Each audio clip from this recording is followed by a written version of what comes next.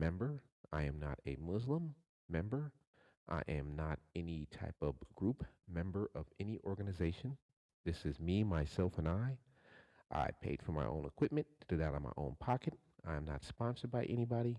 I am not anti government. I am not against any type of group. This is just a rose room discussion with my opinions and things from my point of mind and theoretically my point of view. So, with that said, I'm going to start off with one of my tracks. Yeah,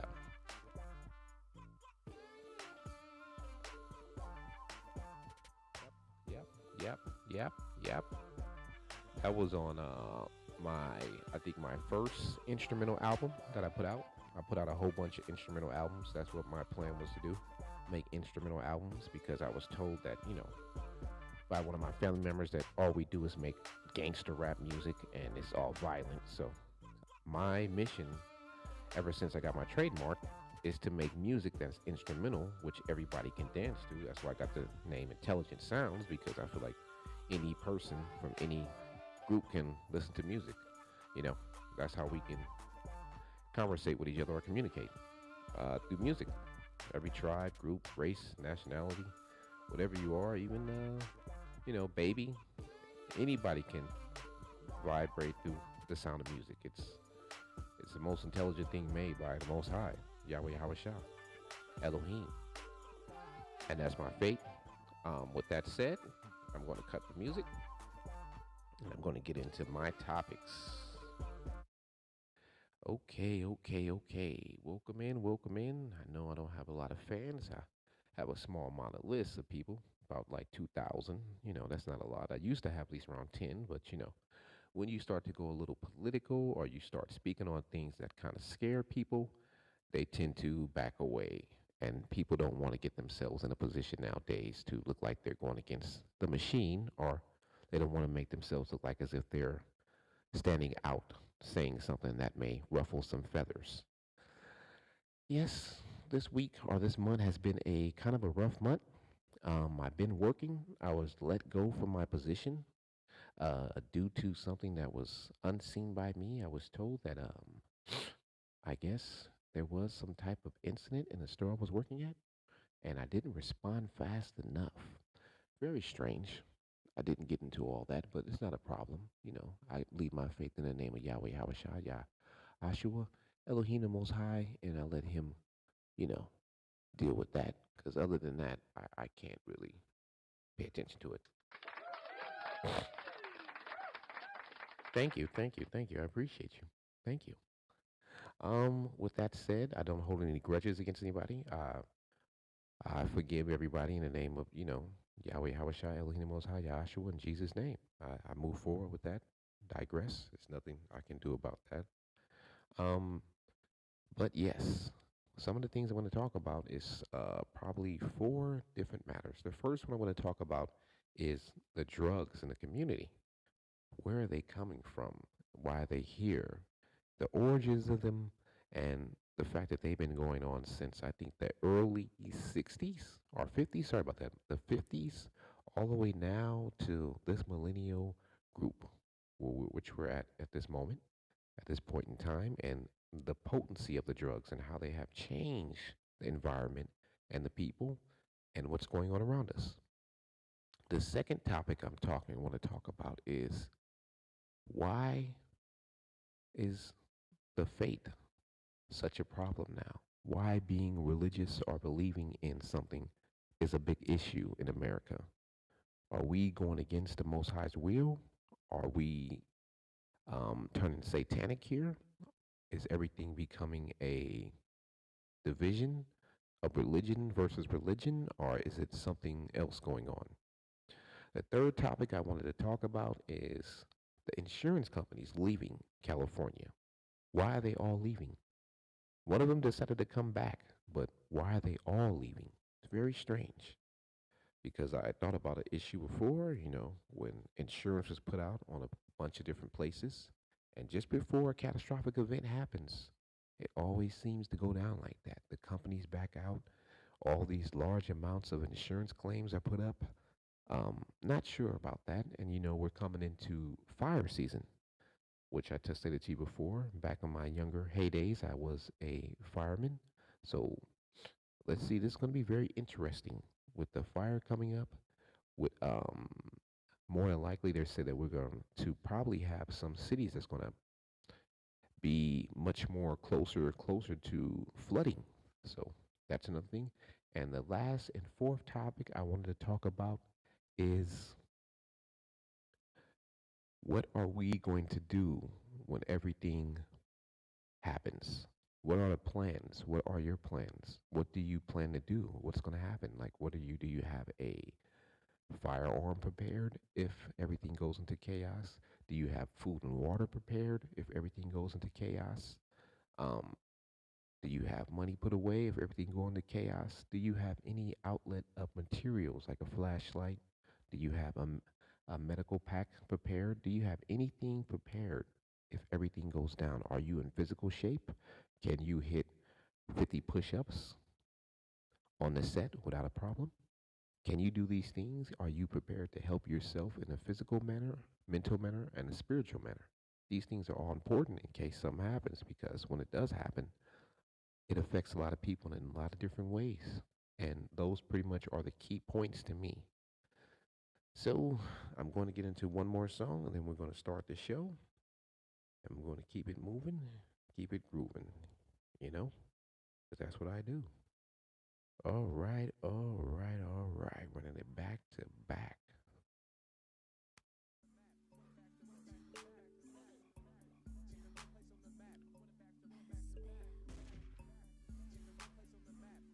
Run back to back. In the wrong place on the map. Yep, running it back to back. That's what we do.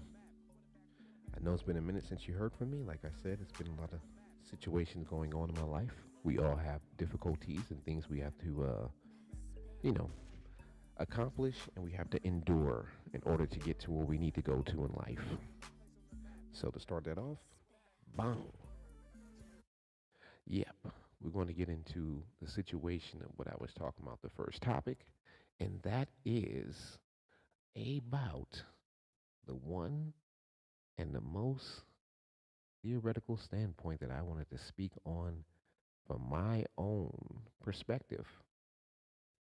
And what we're dealing with at this point in time, drugs.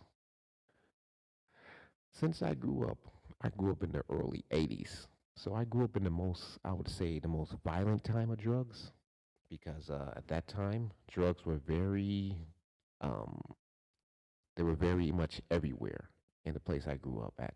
We don't know where they came from. We know about the movies and the things of that nature. We know about the guy, J. Edgar Hoover, and we seen the movie where they made the deal and they brought the drugs in and flooded it in the communities. And we heard about the guy that made the show, I think it's called My Bad Snowfall. And we heard about the situation of that nature of him getting the money from the informant that worked for the government, which was very deep. So, on that standpoint, I wanted to speak about how they affected the community and how they push people into these um, situations that have compromised their lives and their loved ones' lives and situations that they have to deal with that has caused catastrophic events and problems to happen throughout the communities. Now, back in the days when I was younger, um, police would come into the communities with battle rams, things of that nature. They would target the houses. You know, they would do operations. I remember I seen one when I was on my way to the store, going to the corner store, which I lived in the Visitation Valley area, which I told you. Um, it's a saying, you know what I mean? You come to the valley and you leave on visitation. You know, basically you're going to get on probation because it's always drama is active in the environment where I grew up at. Um, that's not really here and there, but as I was walking to what we call the dirty stove, which is the corner store, um, um, right there I witnessed a bus pull up, a 9 Express.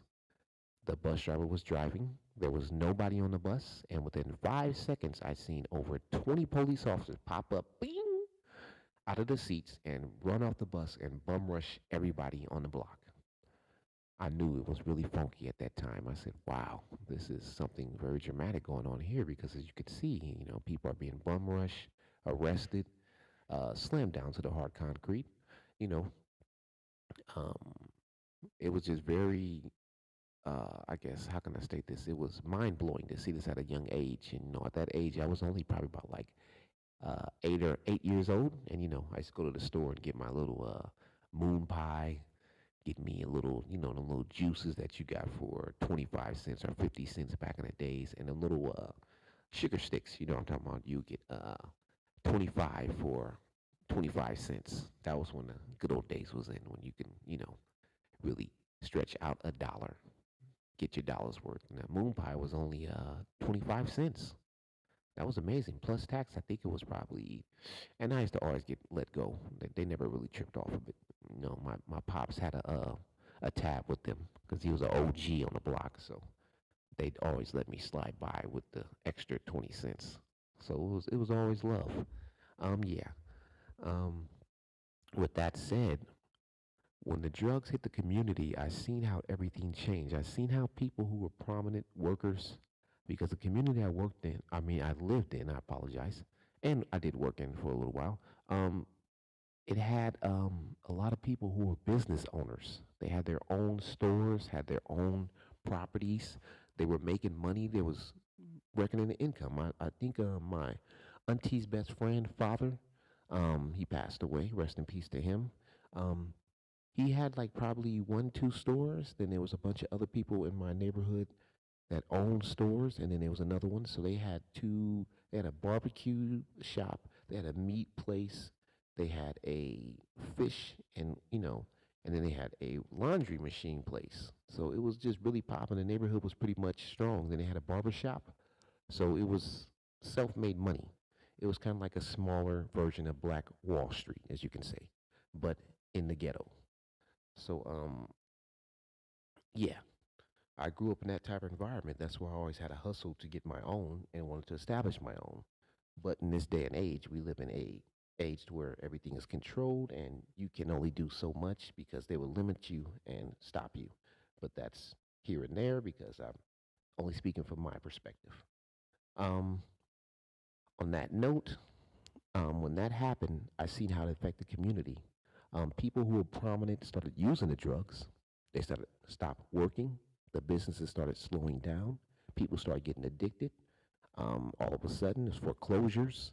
The community became more violent. As the drugs within the community started to spread outside of the community, and other people started to come to the community to buy the drugs, which was really strange because I would just see a lot of Caucasian young women, European women coming over to the projects. They would get off the bus, hold a little um, five or four sign up on their fingers. Somebody would come and rush them. Bing bong, they would get back on the bus and bong, they got their stuff. Then as it progressed again, later on and within the years, then they would come through in vehicles. Bing bong, pick it up. And as I seen the community next to us, which was Daly City, um, people would come from over there to buy the drugs, which was, you already know, narcotics. It started to deteriorate itself. So what I'm saying in a nutshell is basically that when the drugs were dropped off in our community and people seen the, I guess, how can I say this, the lifestyle of it, of the people that dealt it, the cars, the sideshows that they had. This was back in the days. Now, that's another thing I wanted to speak on real quick. Sideshows was way old.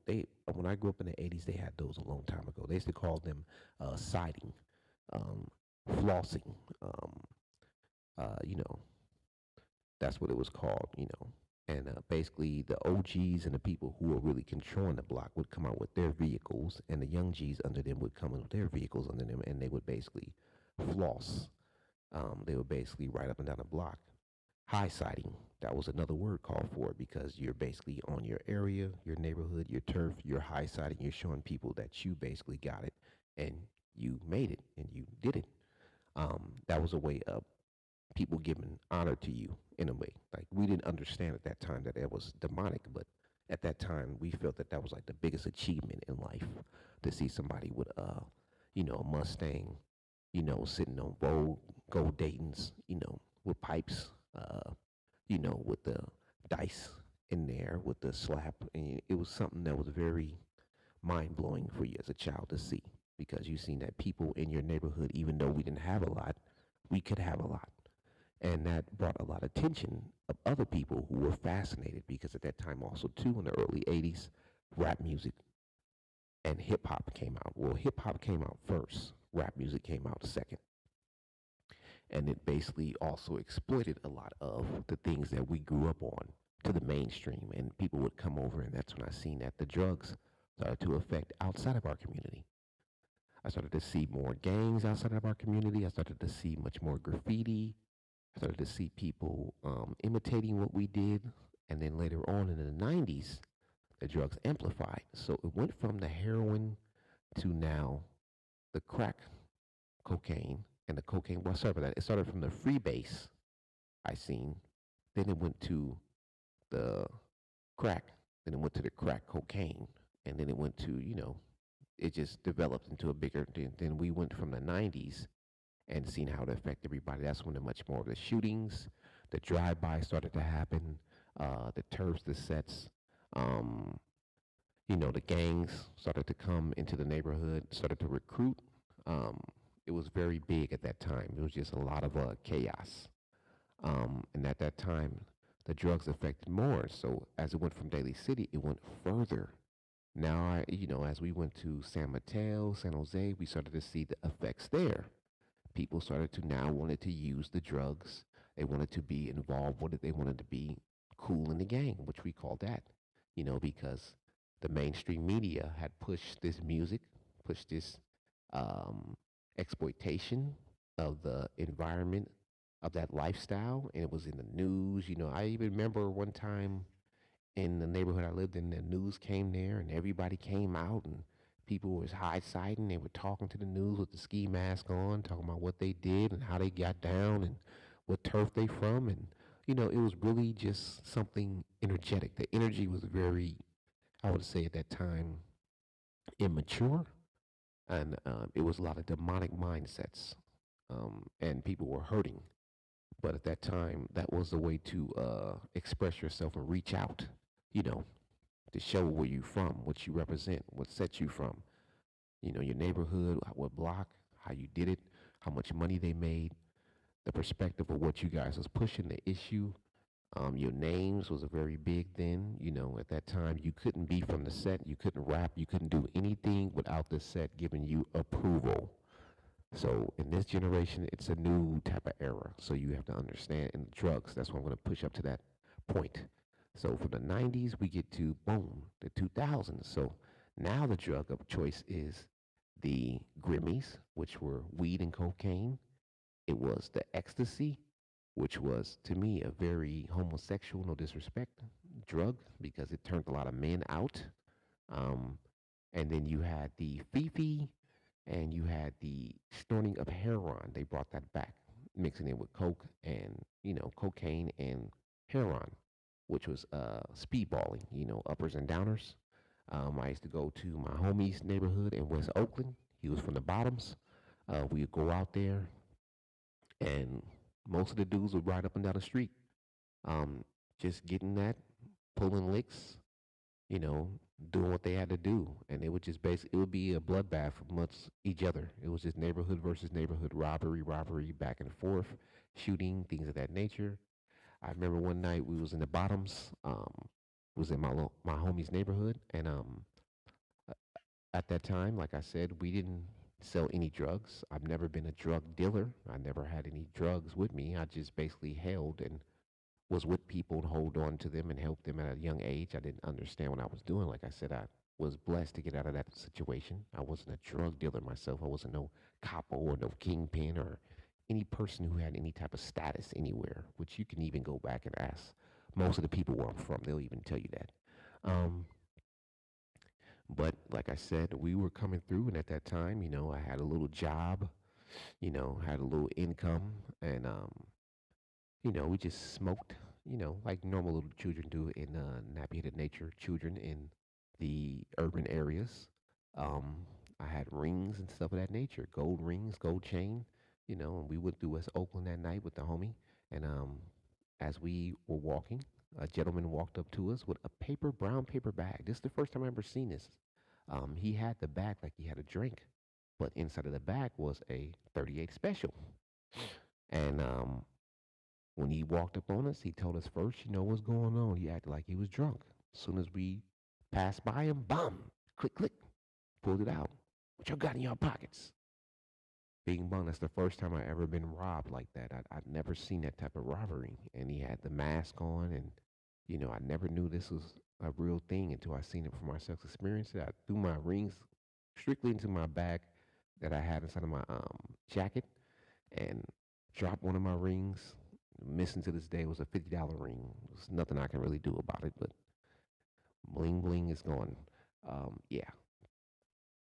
So with that said, I learned a valuable lesson about making sure where you're at in your environment, knowing the neighborhood, reading the walls, understanding about when you visit somebody else's block, you have to have yourself prepared and you have to have a pass.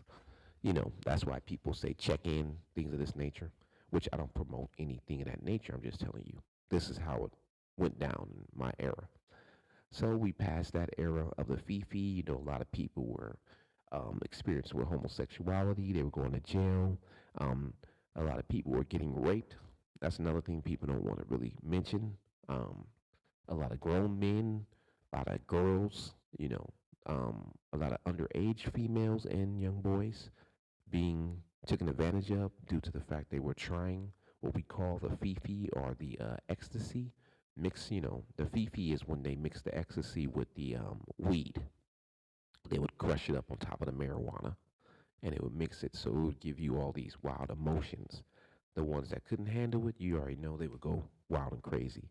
Um, People like me, I didn't get down like that. I was laced one time by somebody who tried to turn me out. It didn't turn out right because my chest started hurting. I basically asked them what was going on. I was going to fight them. It didn't go down right like they thought it would, and the sad thing about it was a family member. So that's another story right there. Um, but I digress. But yes, that was another thing. The Fifi, they would put it in people's drinks. They would put the ecstasy and drop it in your drink. It was another nickname for that too, also, um, to get females, gone, and it would break down. A lot of people had bad experiences from it. I know a guy, he went crazy. He actually was fighting a tree for about 5 hours. They had to call the ambulance. He got committed to a psych ward because somebody also, you know, feed him. They did a thing, put it in his weed, and they also put it in his liquor, alcohol. So he had a bad experience. I know another person who was running around saying they were on fire, stripped all their clothes off. So these things were done to destroy the communities. And as I can see, not only did it destroy the community, it destroyed the communities outside. And as the 2000s came, I started to see the drugs take effect everywhere. Because for me, living in the inner city of San Francisco, I moved out to Concord, California. And when I moved there, I started to see a lot of people were on this drug already. They were using it even more than the people in the inner city. And they had more access to it. They had, matter of fact, the purest form of it because it was the older Caucasian guy whose house we used to go to in Concord. He used to let us come to his house. He was what we call a knock. That was the word in the East Bay. Not a dope fiend, not a crackhead. They called him a knock. Um, Cause you just knock on the door and he'll let you in. He's a knock. He basically, you can go in, do whatever you want to do. We would go in the house, have fun, skip school. It wouldn't be a problem. Get alcohol, come there. As long as you bring something to the knock, you can pretty much do what you wanted to do. But he introduced one of my friends, who was a good friend of mine, to the ecstasy. Told him not to do it. Got turned out. Um, it was a very bad situation for him.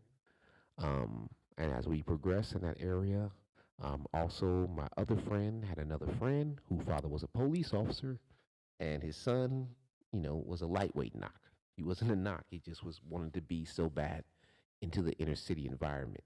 So he would give us guns. He would steal his father's firearms. He would steal them all the time. Um, it was just very wild scene at that time. Um, we would take the guns, go out to Concord in the area that was by Solano side. So that's what they called it over there. It's a very back area where it was just like a mosh area. We would shoot the guns at, cans and things of that nature. I was from the monument side, which we call that Mo Money Monument. You know, everybody had their little nicknames. And the other side was called Monument Boulevard, Detroit Avenue. You know, those were some of the places that was popping, and we called that the Sea Town. Because everything will wash up over there. We had people from Los Angeles, from down south, from every other place. Like I said, at that time in the 2000s, the Bay Area went wild. The drugs was in every city you can go to. Every city now had a nickname, had a group, had a set, a turf, a block, was affected by it. So, as I'm stating, from the early 50s, 60s, 70s, 80s, the drugs were dropped off into my community as they started to become popular due to the music being exploited by the media. They started to push out that type of narrative, and it took hold in thousands into other communities. Now, as we move forward to this era, which we're in now, um, it became very bad. Now we're dealing with the we're dealing with the not the ecstasy, we're dealing with the ISO, which is very fentanyl, which is very scary. These are two scary drugs, and we're dealing with those things right now being used in the heroin, and heroin has made its way back. And I think it's another drug now that they're using too. It's like crocodile or something like that, or some type of form of animal tranquilizer that ruptures your skin and breaks through the vessels and just breaks it down to nothing. Very scary. So as you can see, the music now is a lot of satanic music. Um, it's telling you that you want to die, you want to kill yourself. All my friends are dead. Things that push me to the edge. It's just the verses themselves can speak a lot. The people themselves, you can see they're not taking care of their bodies, they're not working out. It's a daily basis to get these drugs. Um, I don't know if this is experiment because, like I said, in places like San Francisco, you can go down there. There's people posted up not too far away from the federal building. They're just out there standing there selling big drugs. They never go away. Nothing goes away. Back, like I said, back in my days, they had the battle ram. The police would jump out on you. They called them the jump out boys. Um, they would basically have all these operations and stings. Now today, police do not even respond unless it's a murder in progress. Somebody has a gun. Somebody is fighting. Somebody has a knife. Something of that nature has to, partake in that area. It's a robbery in the actual real time. If it's not, you have to do a online report, or you can do a police report where you go down to the office, things of that nature. Um, like I said, I'm not against law enforcement. My uncle was a police officer. One of my cousins is a police officer, so I don't really get into that type of aspect of disrespecting anybody due to the fact that they work in a job like anybody else. I do understand about people seeing the injustice that's being done by certain people with the job and represent it, but I don't get into the aspect of disrespecting somebody just because of what another person's done. Um, with that note, that was the first, topic I wanted to speak on. I'm going to get into another song real quick, and I'm going to come back with my second topic, and that's what we're going to do. So here is the next song, and this is recently just came out. This is my song, Ooh Wop. Peep it out.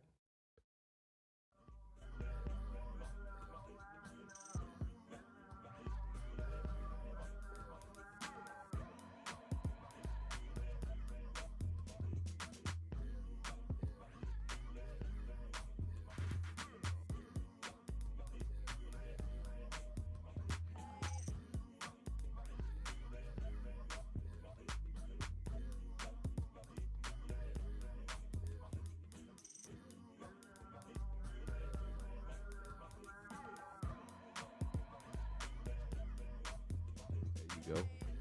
That's my song, Ooh Wop. I sampled a little Kurt Cobain in there. I'm a fan of, rock and hip hop. and dance, techno. I grew up in that era where everything was pretty much popping.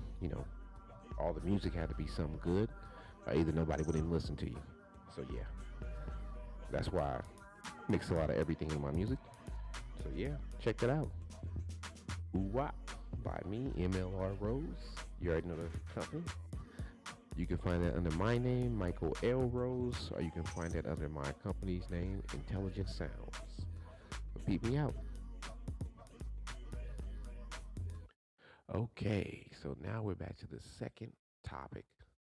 The second topic I was talking about is, and you know, like I know, the black albino is coming through like an untamed rhino. Rest in peace to X. That was one of his verses. I like that verse a lot. But yeah, these insurance companies, bang, bing, bang, ba, bang, bang, bang. Why are they all backing out of this state? I may have jumped. That may have been another topic. Or it could have been a third, but I'm going to speak on that first because I wanted to say, hey, what is going on? Why? What is the reason in California? Is something going to happen here? I don't know.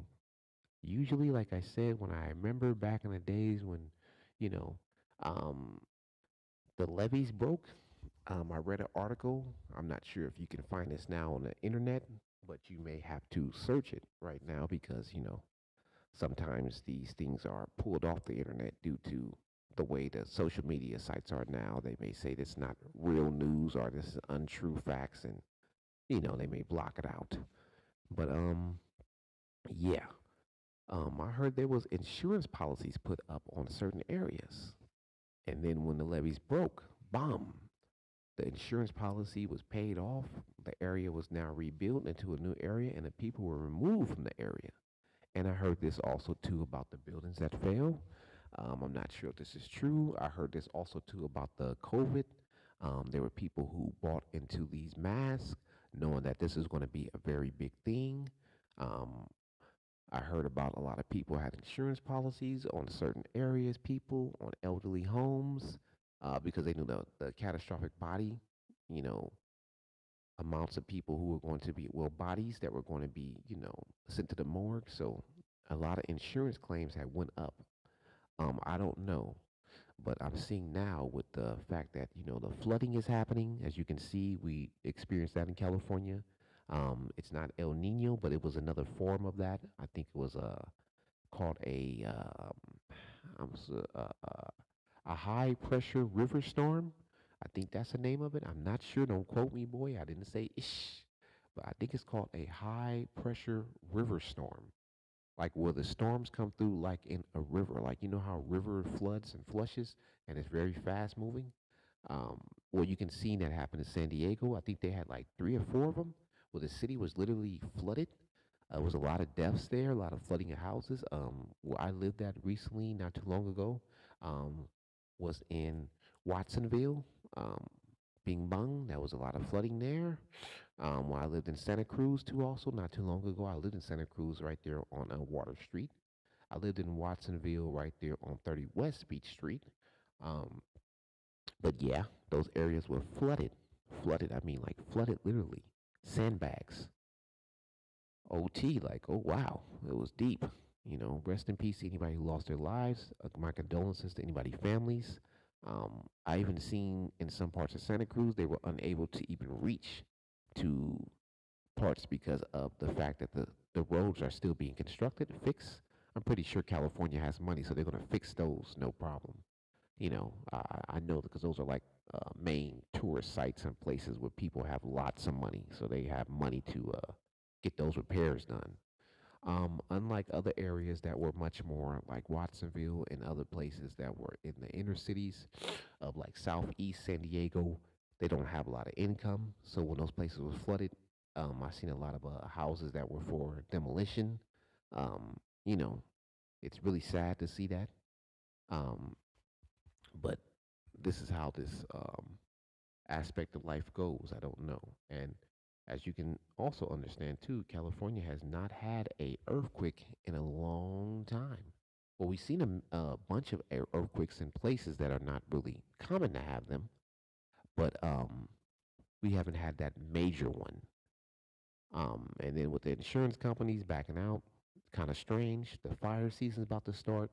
So we got flooding, we got fire, and everybody's kind of still skeptical about the big one.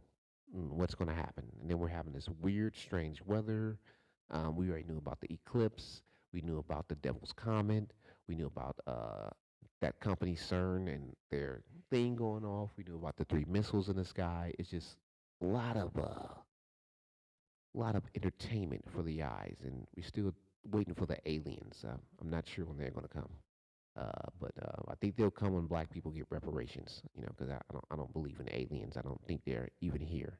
If they do pop up, then I'm pretty sure that we'll get reparations that same day, because I don't believe in aliens. I just think that they're nothing more but demons being introduced to us in another format, and of that as a way of you thinking it's an alien, because I don't believe in anything of that nature. If aliens exist, then I'll be turned into Omni Man, which you know that is my TV show, The Invincibles. You know, I like that show. Um, I'll be turned strong as him, as fast as him, and can fly and destroy things just like him. I don't see that happening anytime soon, but that's why I know it's a joke. Um, but yeah, why? Why is this happening? I remember the other year when I first moved to um, Santa Cruz area. That's when that big fire happened. You remember this whole sky turned red? The whole, damn near the whole state was almost red. It didn't get to Southern California too much, but it got close over there. But yeah, I remember driving through the Bay Area all the way back to Santa Cruz. It was like the whole sky was red. It was fires everywhere. It was like probably five fires going on, major fires. They were over like 100,000 acres. It was crazy. And you know, with the recent rain that just happened, everything grew back in lush. Because you know, I look outside; it's beautifully green lush. Remember, we live in a northern aspect, so everything grows here bigger, fluffier, and better. So that's just let you know. Remember, know your aspects. The southern aspect, everything grows, but it doesn't grow as big. But with this year, the rains and the flooding, I'm pretty sure everything grew back. So and it burns hotter in the southern aspect. Northern aspect, it burns longer because of over here we have 100-hour fuse compared to their probably 20-hour fuse over there. So theirs burn faster, quicker. Ours burn longer and for a more period of time. That's why these fires are very scary. You know, if you're hearing and listening, make sure you get you a chainsaw, get you something. Make sure you cut that space from your house probably about like 10 feet. You know, get you a hoe or anything of that nature, um, a McLeod or anything of that nature that you can get to scrape that extra plant life back from your home. Be prepared because we don't know what's going to happen. Um, Insurance is very fierce. I pay insurance. You know, that's the new California law. When I had moved to Santa Cruz, I was told in order to get my place, I had to have insurance. So that's another big one. Having insurance. Um, that's a new thing. Yes, you have to have that insurance, ladies and gentlemen. If you don't, anything can happen. Um, it's very scary nowadays because, you know, with these fires happening and the insurance companies backing out of certain areas, people not able to pay, what's going to be the outcome? What's going to happen? What's going to transpire? Nobody knows. You know, if the earthquake comes, it may be a shaking and baking. There's no insurance for that. What happens? Nobody knows. You know, and I'm kind of you know, kind of like not weary, but I'm also giving it to the Most High because my faith, like I said, I believe in Jesus, Elohim, the Most High, Yahweh, Yahweh Shah, Yahshua, the King of all kings, the Lord of all lords, the God that is timeless. That's my fate. I'm not pushing that fate upon anybody. I'm not brainwashing anybody. Like I said, I don't have followers that worship me. I don't make tons of money off of this. I don't really make any money off of my music. The most I've made off of my music, I think, was probably like five, $6,000, $6 or $7,000 altogether. It's really, and I didn't put more into the music and producing and doing things of this nature and working with artists. And it's not a thing that I do because I want money. It's a thing that I do because I'm blessed with a talent and I like to have fun. I like to help see other people have fun. That's what life is about. Having a good time, relaxing, working hard, you know. But in this society that we live in, things are shut off from people sometimes when you rattle some feathers. Sometimes people don't want you to speak your mind or have any opinions. That's why I got this podcast. That's why I invested in myself because I feel like, hey, I have some things I want to talk about. I want to touch some bases on things. I want people to understand who I am. I want them to see I have some dialogue and intellect. I have some intelligence. I'm not just a common person with no brain walking around here not understanding anything of politics that are going on around me. I read a lot. I comprehend a lot. I try to learn a lot. I am an open minded person. I do not stop my horizons from getting to that next level so I can see more. That's the whole point of life. You got to experience it. If you don't experience it, you will never live. And you don't want to be my age and never have gone outside of the country, have never, experienced eating different foods, have never experienced being friends with different people. I've dated outside of my race multiple times. It's just different things you can do in your life. It's so much more out there than just being in a small little cage and not being able to experience anything. You need to live your life no matter where you're at. Don't let people hold you back. As long as you're not doing anything to violate somebody, hurt somebody, harm somebody, or you're not destroying somebody. As long as you're keeping those aspects out of the way and you living a good life, do you. Don't let nobody hold you back. Make these decisions. Make your life the way you want it to make it, the right way. It's up to you. You only got one. And like I stated, I'm kind of waiting to see what's going to be the results of this year. Because the actual year started off in April. So we're actually in 13 months, not 12. So I know everybody has now learned that aspect. You learn something new every day. And the thing I learned that we're not in the reality that we think we're in. Remember also the Mandela effect. We're seeing things being changed right in front of our eyes. I remember I grew up to the Barron State Bears. Now it's the name changed. Um, and the movie Shazam. I remember it was two movies. It was one with the two African American males, or Afro Indigenous males. I don't know why people change to African because some of us are not really from Africa. Like I said it myself, I have heritage that is from United States. My people have been here before most of the people came here. And I have background and information and knowledge, and I know because my family heritage gave me all of this and information from my great grandparents. So, yeah, I watched both movies with both people, and they said the movie didn't exist, but it does exist. So that's one thing that's very strange, and then all these different names and different things that happen, and then you're seeing people with different mindsets. That one day this guy had missing teeth, and the next day you see him a week later he has all straight teeth, and you say, "Hey man, what happened to your missing teeth?" And he's like, "I never had any missing teeth." And you're looking kind of boggled, like, what the heck is going on? And streets that are changed, and you're like, that street was called this and that. No, it was never called that. These things are just mind blowing because, like I said, we don't really know what they're doing with those machines. We don't know what they're opening up. We don't know if they're reversing time. We don't know if they're playing with time. Because remember the movie Deja Vu, I think, with the actor, African American actor Denzel. Remember, and they had some type of thing where they can go back and they can play with time. You don't remember that movie? Look into that movie where they had a machine where they can go back in time and see what the person was doing to find out who the murderer was. And they can see in that person's home. But the funny thing about it is, when the person felt them, the lady felt them, she thought they were ghosts. So, what are we really saying in these movies? And remember, movies dictate reality. You remember that, right? Because when they're telling you in these movies, they're telling you about certain things that are really going on. The government has to tell you and let you know. They just do it in a way that is much more creepier than normal.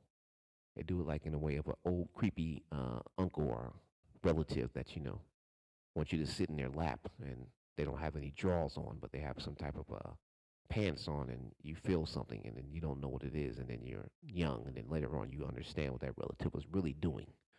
But yeah, these are things that go on around you. So we're going to get into the third topic. I'm going to come back, touch bases on that. I'm going to play one more slumper, um, something I produce. So peep me out, check me out.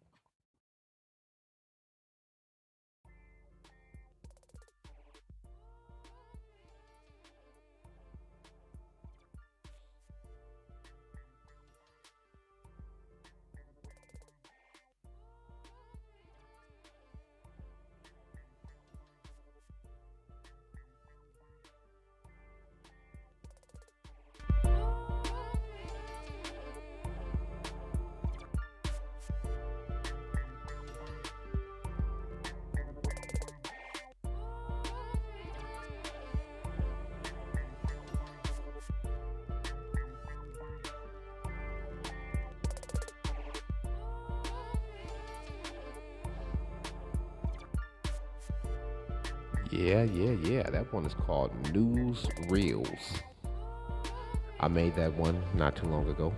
It's basically talking about the news and the things that's going on around us and how I put them in reels to let you see. And with that said, I'm going to introduce something else I want to talk about in my shizzo for shizzo. You know, okay, so recently I read an article where a police officer was caught with 100 pounds of fentanyl. That's very deep. That's enough damn near to kill almost half of the states that people live in. So this was very strange. I found this very odd. So a Southern California deputy caught with 100 pounds of fentanyl was working for the cartel. Wow, this is deep, really deep. Things go on around you, very deep. And the owner of a Stockton restaurant was fined 245,000 for not paying employees minimum wage overtime. What a great guy. He had people in there slaving away, wasn't even paying them the full amount. What type of guy is that? Who would deal with that type of guy? I wouldn't. Okay, then the sheriff from Florida, the one everybody likes, Grady. They've had the largest seize of fentanyl in that county, Polk County. Polk County, you know, yeehaw, yippee Another article I read: over 326,000 of stolen goods recovered in the city of OAKLAND. You know, really deep. Then we get into the insurance thing where you're in good hands. You already know who that is. Allbait, I can't say their name. Um, will insure California homes again under one condition. What is that condition that they're going to insure in California homes? Then California pleads guilty in a 150 million counterfeit postage scheme. What is that about? And then vampire facials at an unlicensed spa infected 3 people with HIV. CDC finds. Yeah, be careful. A lot of these young girls, young women, going to get these facials and booty injections. I don't understand why you want to do it. It's just very strange to me. If you're born with the things that the Most High give you, it's for a reason.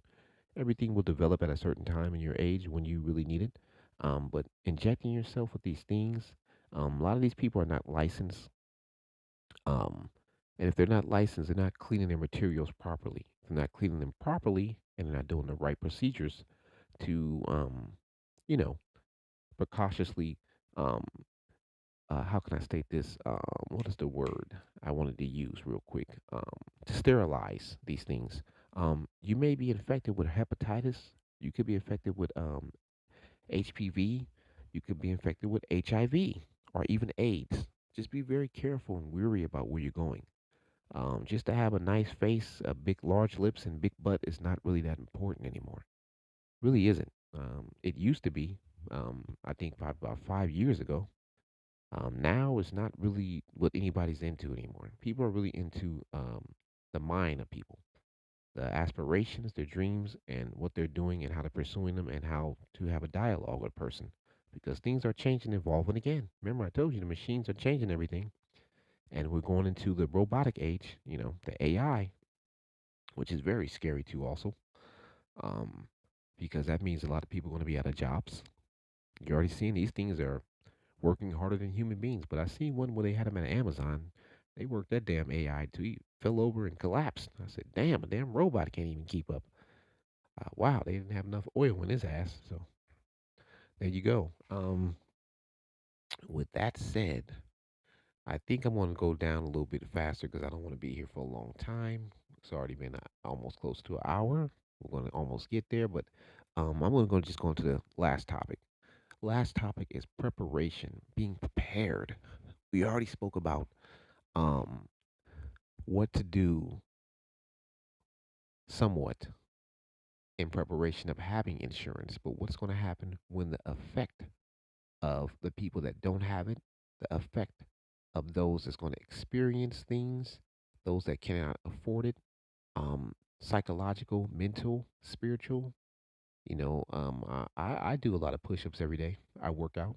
I try to work out 4 times out of a week. Um, I do as much as I can. I make sure my goal is always to be able to hit that 50 push ups. If not, you hit 40 on a set. I use the chair.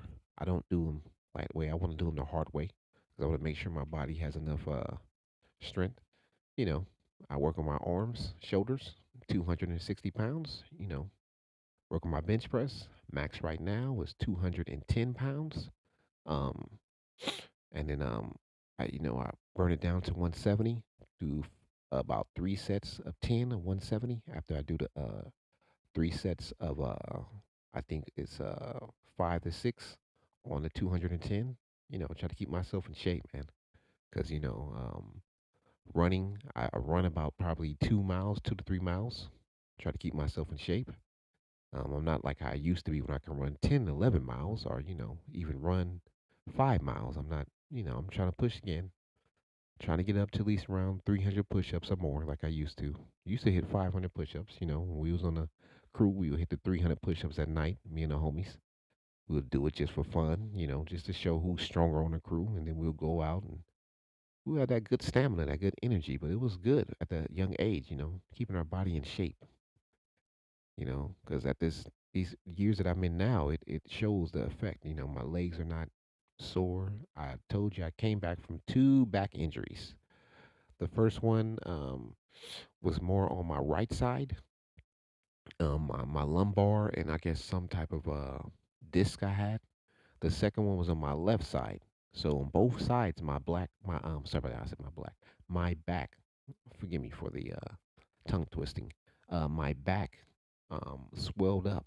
It swelled up like like really large. My leg swelled up.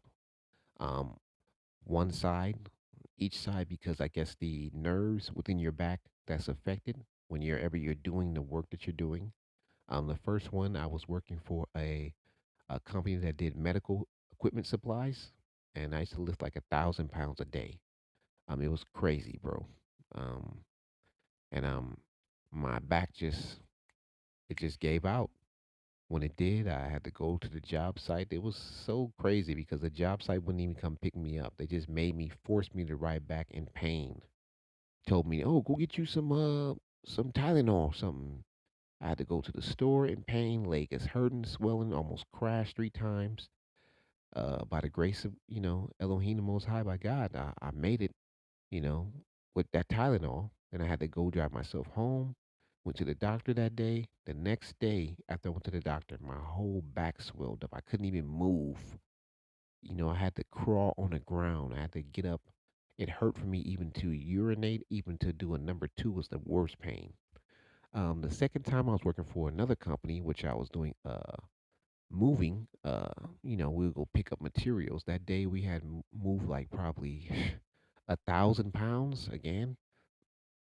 And it was the end of the day. I was totally tired. I even had told my boss I didn't want to do it. He told me, don't be insubordinate or you can be fired. I was like, well, I'm tired, man. I'm already burnt out. We just moved all this stuff inside of here. I'm driving. I just drove from San Francisco all the way to San Leandro, all the way to another city, all the way to another city. We had to drive like one, two, three, 4 cities plus lift all this stuff. Then I had to drive back to the city, and then when I got to the other site to drop off my another employee coworker, they wanted me to lift another thing, which this was the camel that broke the straw's back.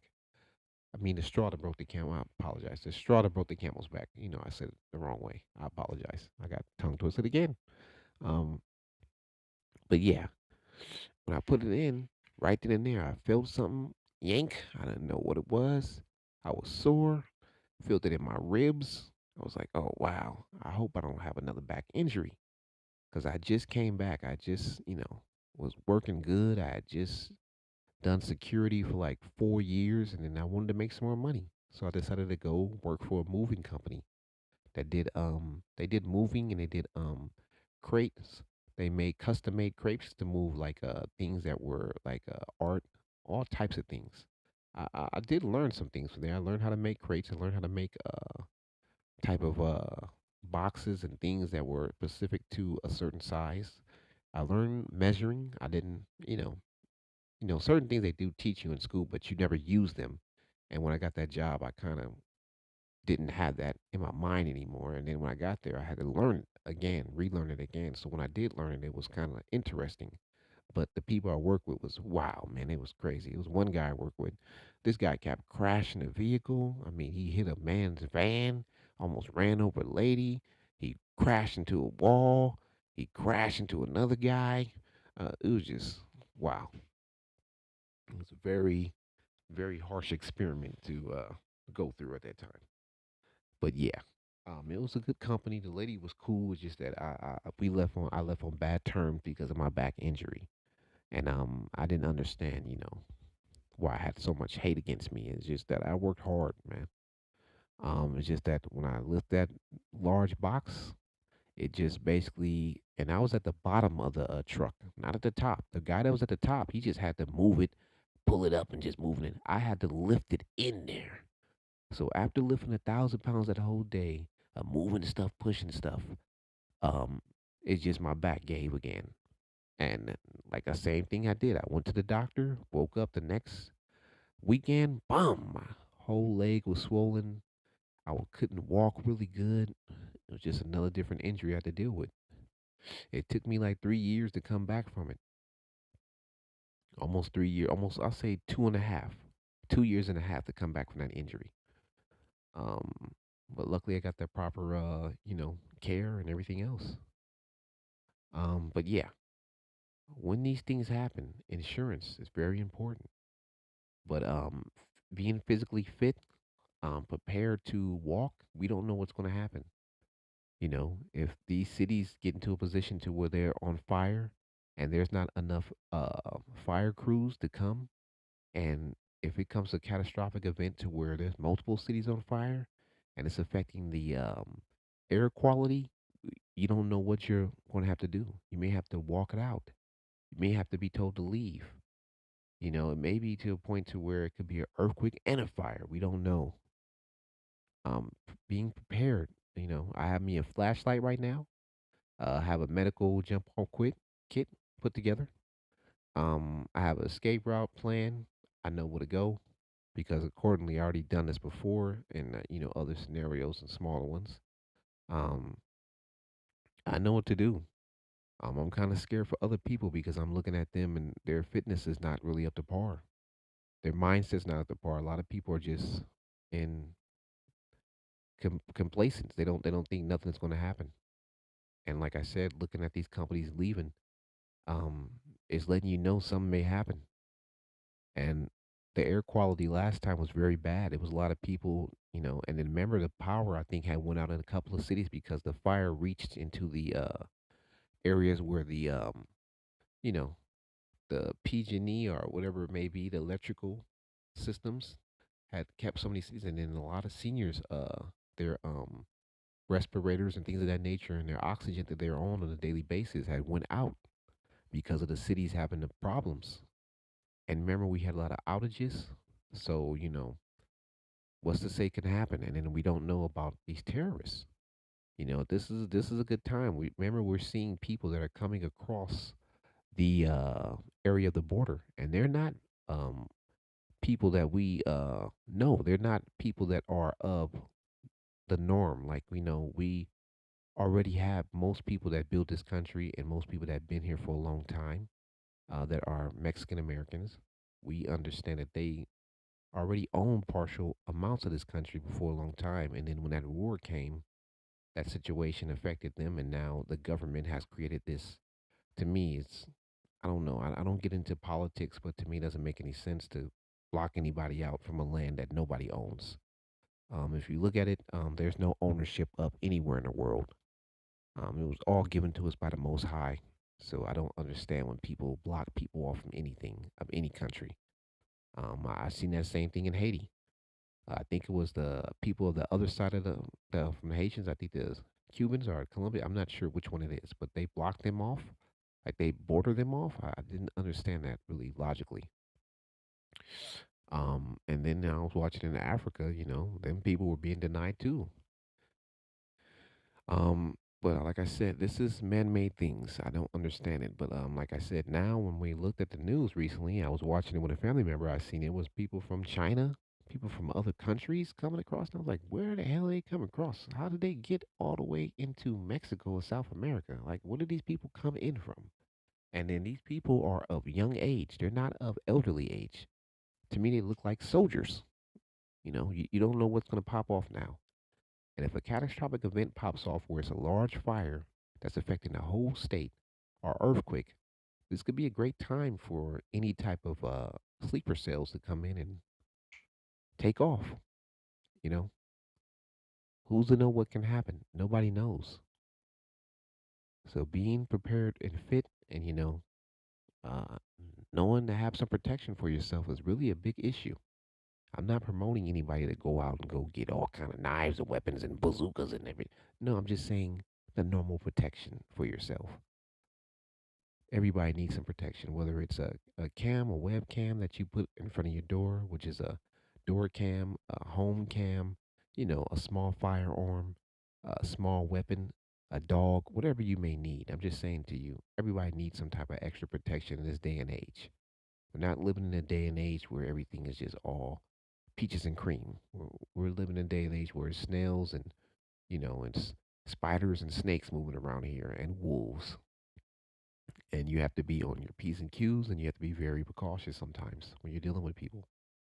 Um, I don't want to get anybody paranoid. I'm not trying to brainwash anybody. Like I said, I'm not a part of any type of racial group. I'm not a part of any type of anti-government group. I'm just a part of a person that's speaking his own opinion in this discussion from a theoretical standpoint. Um, take it how you want it. This is America. We have freedom of speech. We have rights to protect that. I don't believe I should be um, I guess, tiptoeing around anything that is true and is actually happening in this society, in this day and age. We're dealing with a lot. We're dealing with a lot of different things, aspect. We're dealing with human trafficking. We're dealing with groups that are bringing large amount of fentanyl in here. They're kidnapping young women. A lot of women are being targeted, especially young women. Be careful because they're putting it on your doorknobs. They're putting it on your car doors. They're putting it on dollar bills. They're putting it on roses. I heard last time. I think a young lady said that she came and two or three roses was on her door, and she grabbed one. Her friend didn't grab. Good thing she was with a friend. Her friend didn't grab them, but when she went to smell it, she immediately failed. Her friend, was able to regain her. Call 911 and boom, right then and there, you see this thing was laced with fentanyl. These are a lot of sneaky attacks on the people. And just good thing, just think about it. That woman would have been by herself, and she smelled that thing by herself. That person that could have been lurking in that parking lot could have been waiting for her to pass out. And at that time, if nobody's around to see you, who's gonna know that you were taken or snatched away or kidnapped? A lot of these surveillance systems don't work. Like I said, I worked at a store recently. Um, a person there stole our site phone. They can even the damn camera barely can make them out. I thought to myself, damn, this store has all this money and you have all these people coming in. You don't have a up to date 20th century new cam that has HD that can hear, that can do all these things. that can rotate, that can take facial recognition. You don't have these things in this day and age with robberies that are going on, with crews that are coming into stores that are robbing stores. Remember the lady recently we just seen, the European lady that's Caucasian. She basically had a crew of, I think they said over 20,000 members or more, and they were robbing and stealing all over California, all over from Arizona to Nevada, stealing all kind of equipment and clothing and things of that nature, and then they would bring it to her, and she would pay them out for wholesale price, and then put it on the internet on her own website and resell it. This is a venomous type of society we living in right now, and you got to have some preparation for everything. You know, I don't know what's going to happen. My preparation is the Most High Elohim. In Jesus' name. That's who I give my preparation to, and the rest is put into my body of me taking the time to mentally and physically focus on what I need to focus on. That's where I get my mindset from. I can't do it any other way, and I don't know how to do it another other way because I know that's what has kept me afloat, my faith, and I will never doubt the word or the power of the Most High. Once again, I'm not here to force you to believe in anything. If you believe in the devil or you believe in Allah, Buddha, whatever you choose to do is your own life. As long as you're not hurting nobody or harming anybody, you can do this in a positive manner and show people you're positive doing it. That's up to you. I'm not here to judge you. That will be in the day of the last days of the earth.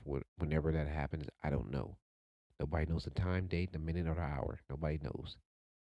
So, with that said, yes, be prepared. Be prepared for anything because we don't know what can happen. I think recently they had a cyclone out here in California, which never happens. They had like three or four of them, which was very strange weather. Cyclones, where the hell those come from? I think those come from like down south or something. Don't those come from like the ocean, off the ocean, or I don't know anything about hurricanes or cyclones. I never experienced one. I've never been in one myself. You know, only thing I ever seen was fire whirls during my firefighting, ambient vorticity. When the winds are battling each other, cold winds, hot winds, and the fire itself, and then it turns into these like fire whirls where they dance. That's the only thing I've ever seen before. I've never seen a real damn tornado in life. I've never seen no hurricane, none of these things. I wouldn't even know how to deal with that because that's not a California type of event that happens. But like I said, with this weird weather, be prepared. Nobody knows what can happen. It's just very strange now. Another thing, I guess, I want to touch on. I guess they found birds infected with bird flu again. So that's another jump off. And they're saying that it may be in some of the chickens because we're dealing with these you know bugs that are attacking the birds now. That's another thing that's very strange. Mosquitoes attacking birds. I never knew this was really going on like that. I thought birds eat flying bugs, but I guess these things are so progressive. They're killing off the damn birds with diseases. So be careful what you're eating. I know a lot of people like to eat quail. When I was eating meat, I had some. It's very delicious. Some people eat duck. Some people are eating lots of people are eating chicken. And remember turkey. You know, it is delicious. I haven't had none in a long time. I haven't had any meat, but I can still taste the flavors and smell them. But I digress. I don't eat meat anymore. I've been a vegetarian for a while. I do everything except meat. I do eat eggs. I don't eat meat though. I just don't because of processed food. With the cancers and all these things. And I kind of think that what also got me to heal a little bit more better because those things have a lot of biochemicals in them. They're not really suitable for your consumption. They cause a lot of heart failures. Um, a lot of other diseases comes along with meat.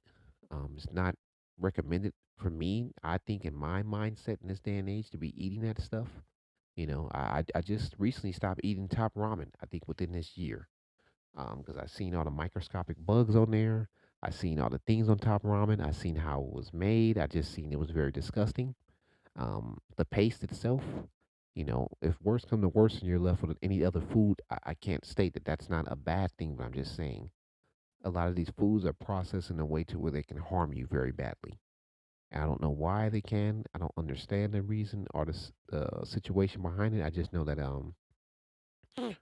we're living in a day and age where everything is really, really odd, very odd. Um, with that said, you know, enjoy your life. Have a good time. Don't be afraid to live a good life. Don't be afraid to adventure in life. It's just that we're living in a day and age where you have to be precautious. Um, and like I said, get prepared with a plan because we don't know if we're going to deal with fires this year. We don't know if we're going to deal with an earthquake this year. And remember, fire season is right around the corner, and we're about to get into May. We're at April the 28th right now, 29th, 30th. The month is over with, and boom, fire season starts May the 5th. And we don't know what may jump off this year because the last 2 years been woo, it's been crazy, my boy. It's been really crazy. Some of these fires I've seen, I don't even know where the hell they come from. You know, I don't know if people are starting them. I don't know if people are what do you call those guys? Those Antarcticus, whatever they what the hell they call those. I'm not sure the name of those guys, but those dudes that do all this stuff to cause chaos. Uh, I may have pronounced it improperly, but those guys, you got to be very careful because there's a lot of people out here that they want to bring on the end of the world. They're in these occults and things of this nature, and they're into a lot of stuff. So just be safe. Um, we have reached an hour, so I'm going to leave you on this last song and enjoy yourself. May the Most High bless you. Um, be peaceful and thankful, and love everybody around you because you don't know what may happen in this year. We don't know what may happen. Nobody may know what happens at the drop of a dime. Anything can happen nowadays. So just be prepared. With that note said, I'm going to take off, and this is another song I produce. I'm going to leave you with this.